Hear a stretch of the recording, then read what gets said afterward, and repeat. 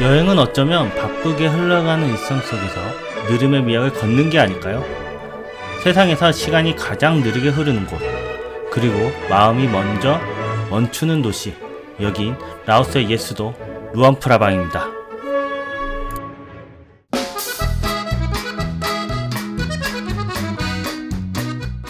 루앙프라방은 라오스 북중부에 위치한 도시로 라오스 역사와 전통이 살아있는 문화도시로 알려져 있습니다. 도시 전체가 유네스코 세계 문화유산으로 지정되어 있으며 메콩강과 남칸강이 만나는 작은 도시입니다. 그럼 함께 떠나볼까요? 제가 처음으로 방문한 곳은 탑발 행렬입니다. 라오스 루앙프라방의 탑발 행렬은 이 도시를 대표하는 가장 신성하고 전통적인 아침 풍경입니다. 불교국가 라오스의 깊은 신앙심과 공동체 문화를 엿볼 수 있는 상징적인 장면이기도 하죠. 매일 새벽 해가 뜨기 전 오전 5시 30분부터 수백 명의 승려들이 각 사원에서 조용히 거리로 나와 신도들로부터 음식을 받는 의식입니다. 완전히 침묵 속에 진행되며 말없이 공양을 주고받는 그 자체가 하나의 수행이 됩니다. 다음은 왓샨통입니다. 좁은 기념품 골목을 들어가면 왓샨통 입구입니다.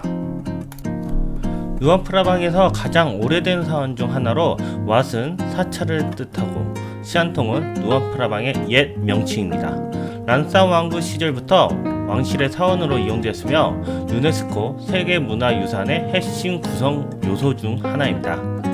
특징은 전통적인 루앙프라방 건축 양식이며 지붕이 낮고 부드럽게 3단으로 흘러내리는 형상을 띠고 있는데요. 전체 구조가 땅과 조화를 이루며 안정적이고 평화로운 느낌을 주고 있습니다. 황급히 금반 장식이 사원 내부의 문, 기둥 곳곳에 세밀한 불교 신화 장면과 동물 문양이 새겨져 있습니다. 건물마다 다른 색상과 디테일로 보는 재미가 있습니다. 후면 외벽에 그려진 생명의 나무 벽화가 매우 유명한데요. 유리 모자이크로 표현된 나무와 동물, 인간 형상이 삶의 순환을 상징합니다. 왕실 장례식에 사용되었던 화려한 장례 수레를 전시하고 있는 료알 캐리지 하우스입니다. 내부에는 12m 높이의 장례 응구차와 유골함이 있습니다. 이 외에도 각종 조형물과 볼거리가 있습니다.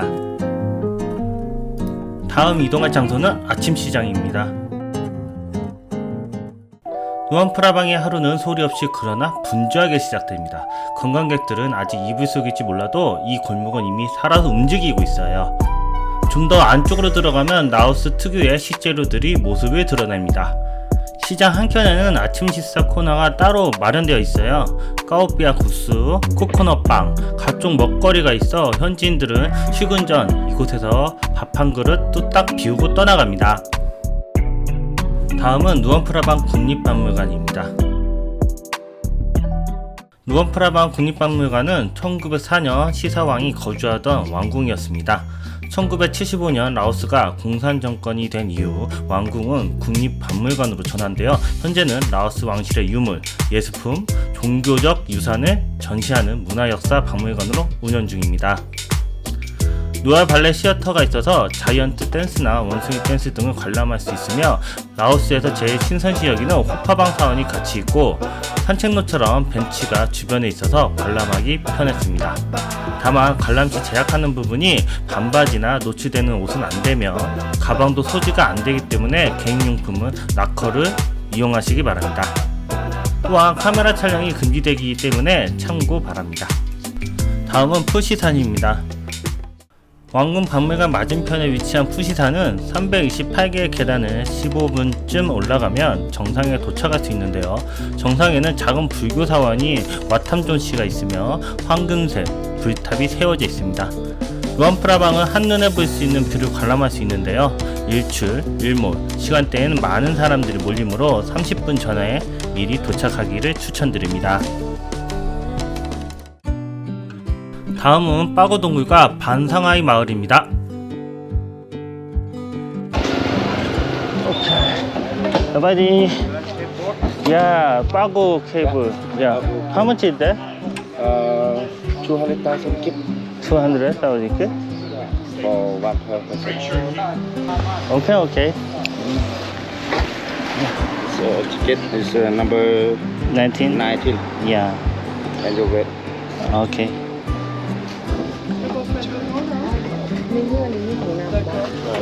메콩강을 따라 배로 약 한두 시간 거리며 처음으로 방문한 곳은 방상아이 마을입니다. 방상아이는 라오어로 항아리 마을이라는 뜻으로 항아리를 만드는 마을이었는데요. 항아리에 담근 전통술 라오라오가 맛이 좋아 유명해진 마을입니다. 전통 수공예품을 판매하며 라오스 전통 천을 짜는 모습을 직접 볼 수 있습니다. 또한 마을 내부에 가면 저희도 관람할 수 있습니다.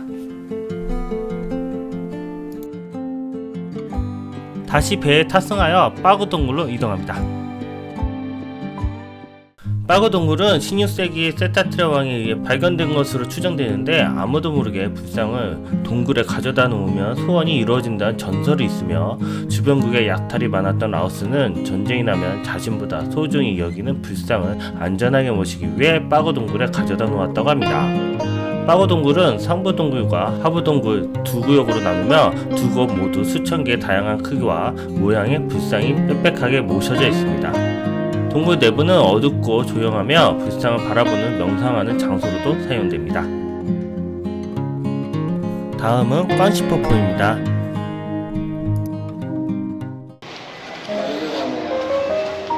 사바이디 예원 얘가 짜이. 자, 이렇게 생겼습니다. 6만끼. 오케이.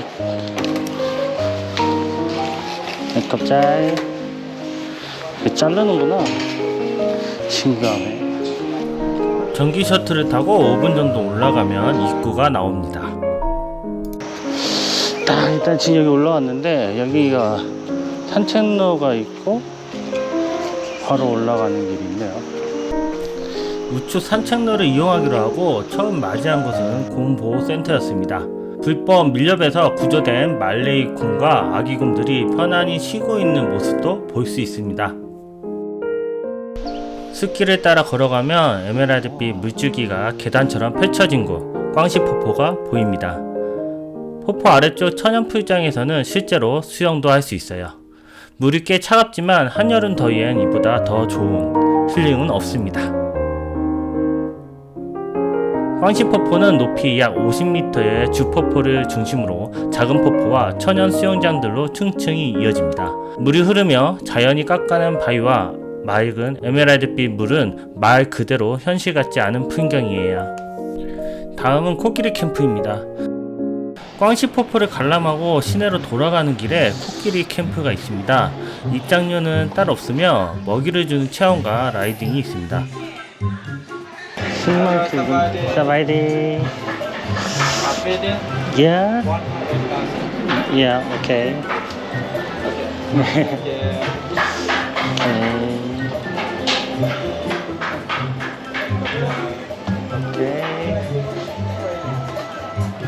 코끼리는 하루에 20시간을 먹는데 보낸다고 해요. 그래서 저도 먹이 주는 체험을 해봤는데요. 맛있어? 맛있지? 내가 주니까 더 맛있지? 코끼리와 교감을 나눌 수 있어서 뜻깊은 체험이었습니다. 다음은 야시장입니다. 누아프라방 야시장은 매일 해질 무렵 사카린 로드 옆에서 조용히 열립니다. 이 시장의 매력은 기계가 아닌 손으로 만든 것들이 많다는 점이에요.